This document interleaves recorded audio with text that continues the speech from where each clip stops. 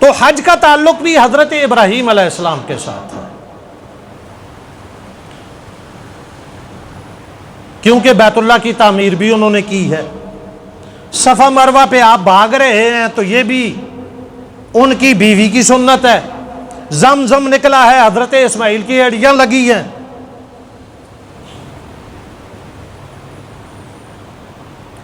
اور اسی طرح قربانی، اس کا بھی پس منظر حضرت ابراہیم و حضرت اسماعیل ہے۔ حضرت ابراہیم علیہ السلام نے اللہ کی راہ میں بڑے بڑے امتحانات پاس کیے ہیں، ان پر بڑے بڑے امتحانات آئے اور یہ سرخرو ہو گئے، اور بدلے میں اللہ نے ان کو بڑے بڑے انعامات عطا کیے ہیں۔ حضرت ابراہیم علیہ السلام کا قرآن کریم میں 65 سے زائد مرتبہ ذکر آیا ہے، 65 سے زائد مرتبہ حضرت ابراہیم علیہ السلام کا تذکرہ آیا ہے۔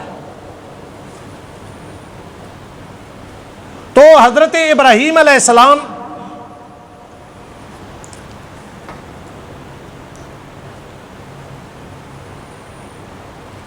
یہ وہ ہستی ہے کہ قربانی جن سے منسوب ہے، اس لیے اب قربانی پہ بات کریں گے، لیکن جو شخص قربانی کرنا چاہتا ہے، پہلا مسئلہ میں نے بتا دیا کہ جب ذی الحج کا چاند نکلے، جو قربانی کرنا چاہتا ہے یا نہیں بھی کرنا چاہتا، وہ اپنے بال نہ کاٹے، اپنے ناخن نہ کاٹے۔ یہ مستحب عمل ہے۔ مستحب کا معنی یہ ہوتا ہے کہ آپ اس پر عمل کریں گے آپ کو اجر ملے گا، اگر عمل نہیں کریں گے تو آپ کو گناہ کوئی نہیں ہوگا۔ یہ فرض یا واجب نہیں ہے، یہ فرض واجب نہیں ہے۔ یہ ایک تشبیہ ہوتی ہے حاجیوں کے ساتھ کہ حاجی جب احرام باندھ لیتا ہے، بال کاٹنا منع ہے جی، خوشبو لگانا منع ہے جی، اور ہمیں وہ اجر یہاں دیا جا رہا ہے کہ آپ بھی ایسا کر لیں، اللہ آپ کو بھی ان میں شامل کر دے گا۔ لیکن اگر کسی کے بال اتنے بڑے ہوئے ہیں، اضافی بال کے 40 دنوں سے زائد کا عرصہ گزر چکا ہے، ناخن اتنے بڑے ہوئے ہیں کہ سامنے والے کو کراہت آتی ہے، مونچھیں ہیں کہ پانی پیتے ہوئے گلاس کے اندر جا رہی ہیں، تو ایسے شخص پر بال اور ناخن کاٹنا فرض ہے، چاہے وہ ذی الحجہ کے 10 دن ہی کیوں نہ ہو۔ ہاں 10 دنوں کے اندر اندر اتنے زیادہ بال بڑھتے نہیں ہیں، تو اس لیے اگر آج کوئی بال کاٹ لے، ناخن کاٹ لے، تو عید تک ایسا ہوگا کہ اس سے کوئی کراہت نہیں آئے گی۔ تو یہ ایک مستحب عمل ہے، ثواب کی نیت سے اس کو کر لیں تو اللہ اجر عطا کرے گا، اور اگر مجبوری میں یا جان بوجھ کر کے بھی ہم نہیں کریں گے تو گناہ کوئی نہیں ہوگا۔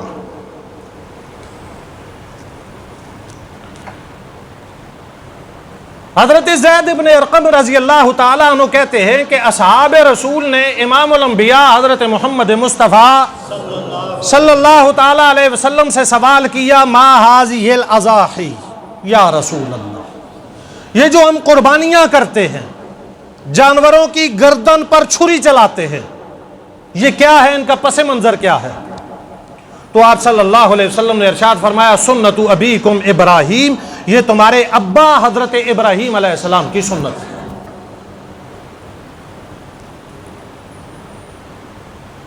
حضرت ابراہیم علیہ السلام کو ہمارا ابا کہا گیا ہے، اس پہ بھی تھوڑی سی بات کر لیں، لطیف سا اشارہ ہے۔ حضرت ابراہیم علیہ السلام اللہ کے وہ نبی ہیں کہ جن کی نسل میں ایک روایت کے مطابق اللہ نے 70,000 انبیاء بھیجے ہیں۔ کتنے؟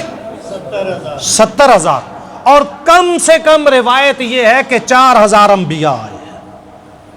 یہ تمام بنی اسرائیل، یہ تمام یہودی، تمام عیسائی اور تمام مسلمان، یہ اوپر حضرت ابراہیم علیہ السلام کے پیروکار ہیں۔ یہ جن کو ہم بنی اسرائیل کہتے ہیں، یہ اسرائیل حضرت یعقوب کا نام ہے۔ حضرت یعقوب حضرت یوسف علیہ السلام کے والد ہیں۔ حضرت یعقوب کے والد کا نام حضرت اسحاق ہے، اور حضرت اسحاق کے والد کا نام حضرت ابراہیم علیہ السلام۔ تو بنی اسرائیل کے تمام نبی حضرت یعقوب سے، حضرت اسحاق سے آئے ہیں۔ اور حضرت ابراہیم کے دوسرے بیٹے ہیں حضرت اسماعیل علیہ السلام، ان کی نسل سے صرف ایک نبی آئے ہیں اور وہ امام الانبیاء حضرت محمد مصطفیٰ صلی اللہ علیہ وسلم۔ تو یہاں پر بھی فرق کیا جاتا ہے، وہ بنی اسرائیل ہیں، ہم بنی اسماعیل ہیں، ایسے بھی یہ ٹرم استعمال ہوتی ہے کتابی دنیا میں، وہ بنی اسرائیل، ہم بنی اسماعیل۔ اور بنی اسرائیل میں یہودی بھی بنی اسرائیل ہیں، عیسائی بھی بنی اسرائیل ہیں، ان دونوں کو ملا کر بنی اسرائیل کہا جاتا ہے۔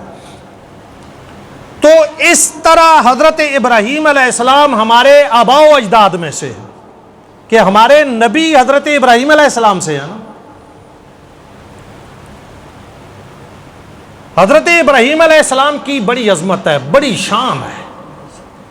تمام انبیاء میں سے آپ دیکھیں نا، آپ جب درود پاک پڑھتے ہیں، نماز میں بیٹھے ہوئے ہیں، آپ نے درود پاک شروع کیا تشہد کے بعد، اللہم صلی علی محمد وعلی آل محمد کما صلیت علی ابراہیم وعلی آل ابراہیم انک حمید مجید۔ حالانکہ نسل انسانی حضرت آدم سے چلی ہے یا حضرت نوح سے چلی ہے، ہمارے تو ابو البشر جو ہیں وہ حضرت آدم ہیں۔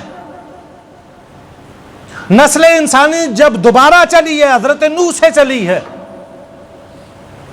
بڑی بڑی فضیلت والے انبیاء آئے ہیں، حضرت سلیمان علیہ السلام کی نبوت اور بادشاہت پرندوں پر، جنات پر، پہاڑوں پر، ہواؤں پر، لیکن اللہ نے ان کا نام درود میں ذکر نہیں کیا محمد مصطفیٰ صلی اللہ علیہ وسلم کے ساتھ، بلکہ حضرت ابراہیم اور آل ابراہیم۔ اے اللہ تو رحمت بھیج محمد صلی اللہ علیہ وسلم پر اور آل محمد پر، جیسے تو رحمت بھیجتا ہے ابراہیم علیہ السلام پر اور آل ابراہیم پر۔ اور آل سے مراد وہ جو نسبی آل ہے وہ بھی مراد ہوتی ہے، آل سے مراد جو پیروکار ہیں وہ بھی مراد ہوتے ہیں، جو پیروکار ہیں، جو ماننے والے ہیں، وہ بھی آل میں شامل ہوتے ہیں۔ قرآن نے ایسے بہت سارے الفاظ ذکر کیے،